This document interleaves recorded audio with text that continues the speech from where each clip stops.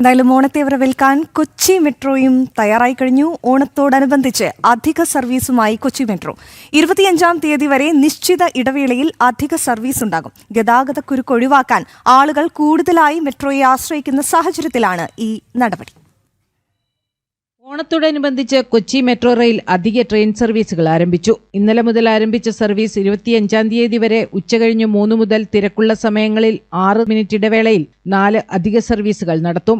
ഇന്ന് 2 ട്രെയിനുകൾ കൂടുതലായി സർവീസ് നടത്തും. ഉച്ചകഴിഞ്ഞ് 2:30 മുതൽ 7 മിനിറ്റ് ഇടവേളയിൽ 8 അധിക ട്രിപ്പുകളാകും ഞായറാഴ്ച ഉണ്ടാവുക. ഈ ദിവസങ്ങളിൽ ആവശ്യമെങ്കിൽ ഉപയോഗിക്കാൻ ഒരു ട്രെയിൻ കൂടി സജ്ജമാക്കിയിട്ടുണ്ട്.